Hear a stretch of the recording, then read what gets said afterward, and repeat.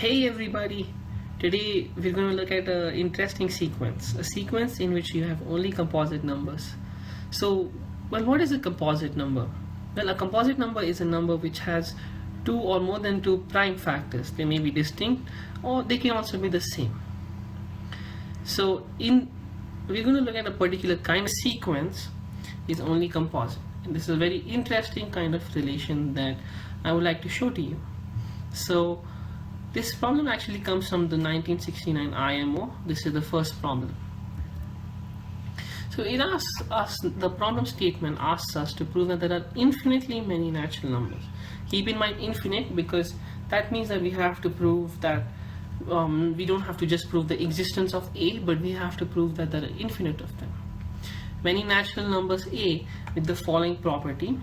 The number z of n, which is given over here, is not a prime for any natural number n, which means it's just a composite number for any natural number n. Well, that also includes 1 since it says not a prime. So I just wanted you to keep that in mind. It can also be 1. So there are some approaches that come to mind. First you could say that, okay, let's say that there's a largest number A, and we could try and show that there's an even larger number A prime that gives us such a sequence. But immediately you don't see any way to carry the information forward. Like if you have something from information from the Boolean sequence of A, you don't really know how to take that information forward and use it to prove the existence of A prime, which is even larger. So since that does not really give us many clues at the moment, we can leave it. Then we could try and say that let's just pick out some random prime numbers and let's see if each time they divide n to the 4 plus a. But then immediately you're going to notice that n's going to keep changing, right? It's also going to keep varying over the natural numbers. So we cannot have a few prime numbers that always divide this. So this method also does not seem quite reasonable. Then we could express n in the form of kp plus r, where p is a prime and r is the remainder when divided by the prime, and k is obviously the quotient. And we have to try and prove that there is always a number a that is suitable for all n.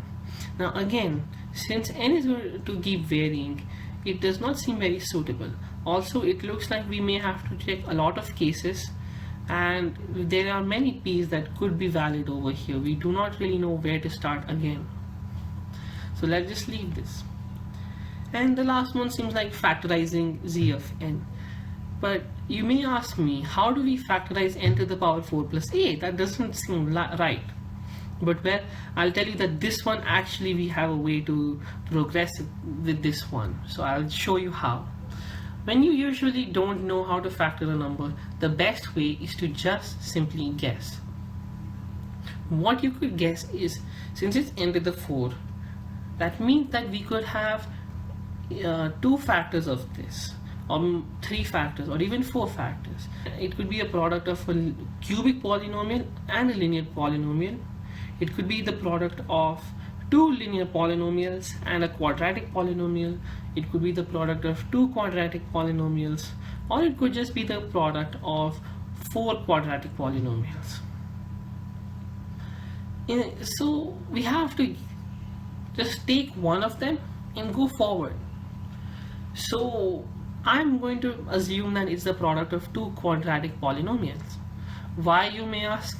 Well, it's just a guess. Since we're just doing guesswork right now, it's also alright to follow your intuition at times in maths, and you have to try the entire way out.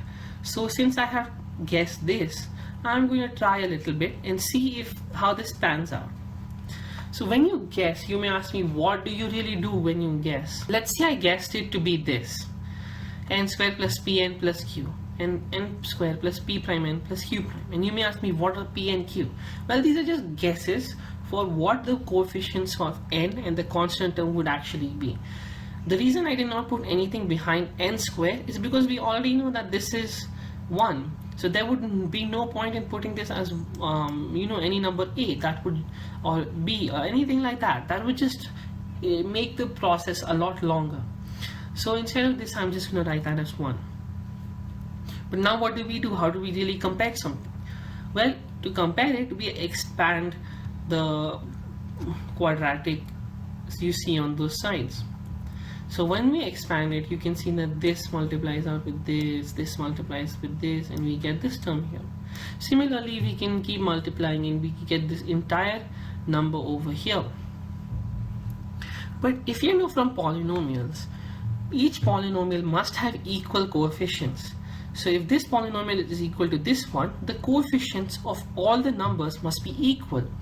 So if we know that 1 is equal to 1, but what about p plus p prime? Well, that should be 0 because there is no n cube here.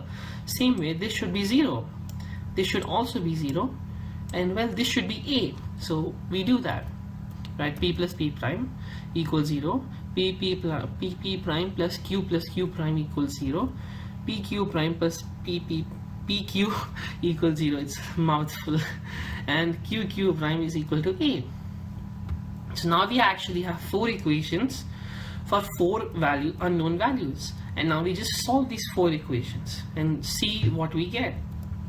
So first equation that we solve from here, we get that p is equal to minus p prime. So maybe we could use that elsewhere. So we put that in this second equation. We get that, and we also move it to this side, of course, on the right side, and we get that q plus q prime is equal to p square. And we also put that in this equation, and we get that p into q minus q prime is equal to 0. Now what we do is we divide this into cases. So case 1 is that p is equal to 0. Like we do divide this based on this equation right here. So when this is 0, we could have that p is 0 or q minus q prime is 0. So when p is 0, we say that q must be minus q prime. That's what we get because this is 0 over here, right? So we can take this on this side and we get q is equal to minus q prime. But then what we get is a is equal to minus q square, which is less than 0, which is not what we want as per the problem statement. So we cannot use this because we are only looking at natural numbers a. So clearly this is not a proper point since this is a is not a natural number anymore. Now we look at the other case. Well, the other case would be where q is equal to q prime. So now what we have is 2q is equal to p square from the equation we had gotten over here, this one. So now we have something to go on with. So what we do is we say, okay, let's say that p is equal to some number 2m, because clearly or we can say it as to k. Let's just say it as k. Because what you see here is that q is actually even, so p square must also be even. But if p square is even, that means p is also even because this is a natural number. This is not a surd. So then we get that q, by cancelling out the 2 here, we get pq is equal to 2k square, which is also equal to q prime. Now we can actually substitute this in the fourth equation, and we get that a is equal to q square, which is 4k to the fourth. And this actually means that there are infinitely many a's, because we can actually just substitute values for k, and we will get infinitely many a's because k was just a value that we took for p. So now we have proven that there are infinitely many k's. This was k. And since there are infinitely many k's, there are infinitely many values of a, and hence we are done with that problem. Yeah, that's a very interesting value, that you can have infinitely many sequences like this, where you have all numbers are composite. So thanks a lot for watching. Please like and subscribe because we're going to be putting out a lot of content. I have a lot of problems and a lot of theorems that I would like to show you guys, and it would be great if you could like and subscribe, because then you're going to be in touch with my channel and you'd get to see all these cool math problems. So thank you for watching. See you next time.